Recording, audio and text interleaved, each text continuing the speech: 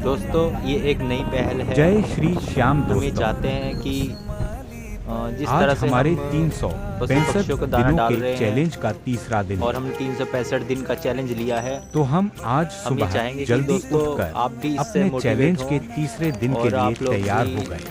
कम से कम अपने आसपास के दोस्तों, हम पशु पक्षियों अपने को जो भी वीडियो के मिल जाता हो माध्यम से उसको समाज में पशु थोड़ा पक्षियों बहुत की मदद का अपने से संदेश जो भी देना बनता हो चाहते वो हैं। उसे खिलाएं। हमारा उद्देश्य है जो भी कोई बेसहारा हो हम किसी भी तरह उसके काम आ सके।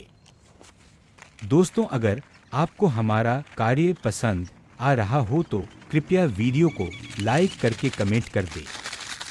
अपने शहर का नाम भी कमेंट में लिख सकते हैं, जिससे हमें पता चले हमारी वीडियो कहां तक पहुंच पा रही है।